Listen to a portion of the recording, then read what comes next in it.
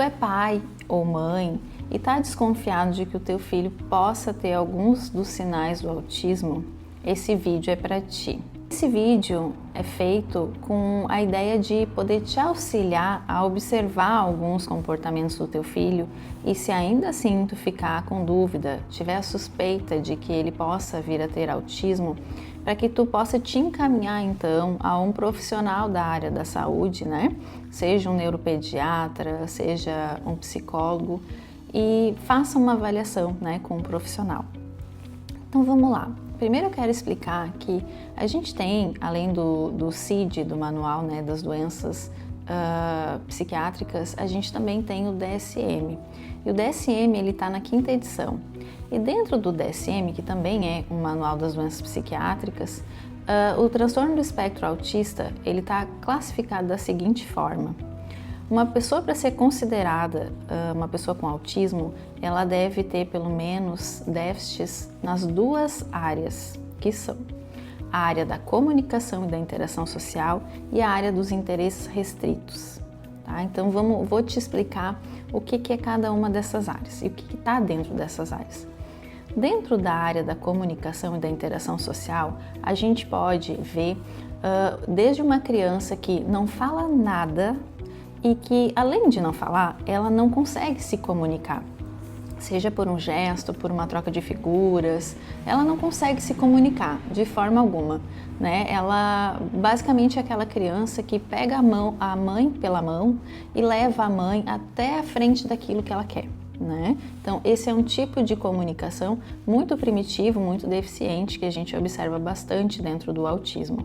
Então, assim, a gente pode ver desde uma criança que emite esse tipo de comunicação até uma criança que sim, consegue falar, consegue desenvolver algum assunto, mas que os tópicos, eles são muito limitados a algum tipo de assunto, a algum interesse.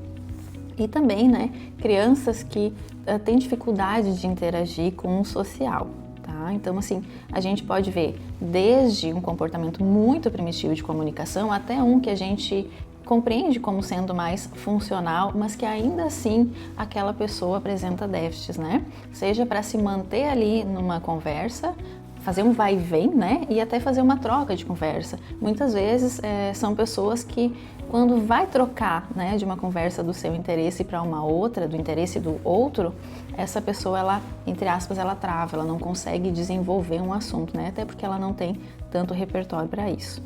Então, a comunicação e a interação social, elas se fundem, né? Por isso que elas estão juntas numa mesma área, né? Na área A, no eixo A, né, do DSM.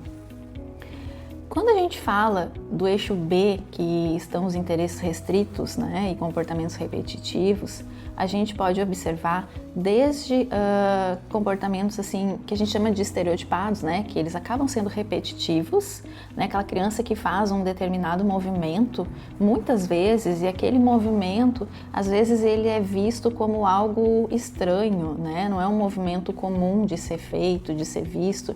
E aquele comportamento é muito repetitivo, ela acaba fazendo aquilo numa frequência até alta, às vezes no dia dela, né? Tem crianças, né, que vão apresentar esses tipos de comportamentos, mas tem crianças que não. E dentro desse eixo B, a gente não tem só os interesses restritos, né, os comportamentos repetitivos, mas a gente também vai observar crianças que têm uma hipersensibilidade ou uma hipossensibilidade. Né, crianças que quando caem, por exemplo, não sentem dor, né? E aí a gente está falando de uma hipossensibilidade. Ou crianças que são muito sensíveis a certos barulhos e aí a gente está falando de uma hipersensibilidade.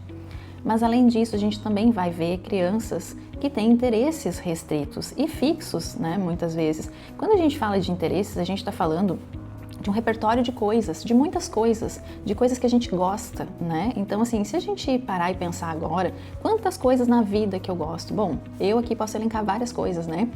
Mas quando a gente está falando de uma pessoa, uma criança com autismo, o repertório de interesse dessa pessoa, ele é muito baixo, né? E ele é tão baixo que chega ao ponto da gente entender isso como um hiperfoco, como se aquela pessoa tivesse só aquilo ali, né? Que ela goste, que ela demonstre gostar. E às vezes fica muito difícil fazer até uma troca com ela, né? Desses interesses. Então, assim, Para a gente diagnosticar uma criança com autismo, ela precisa apresentar déficits tanto na área A quanto na B, né, do DSM, dos critérios do autismo. Então, não é porque uma criança caminha na pontinha do pé que ela tem autismo, né? Mas é uma soma de fatores, tanto do eixo A, né, dos déficits da comunicação e da interação social, quanto do eixo B, né, dos padrões, interesses restritos e comportamentos repetitivos. Mas, se mesmo assim, com toda essa explicação que eu fiz, tu ainda tem dúvida se o teu filho pode vir a ter autismo, é importante que tu leve para uma avaliação, porque a gente não pode cair na armadilha de ficar avaliando através só de vídeos, né, de dar um Google. Então, assim, os profissionais, eles estão aí para nos ajudar.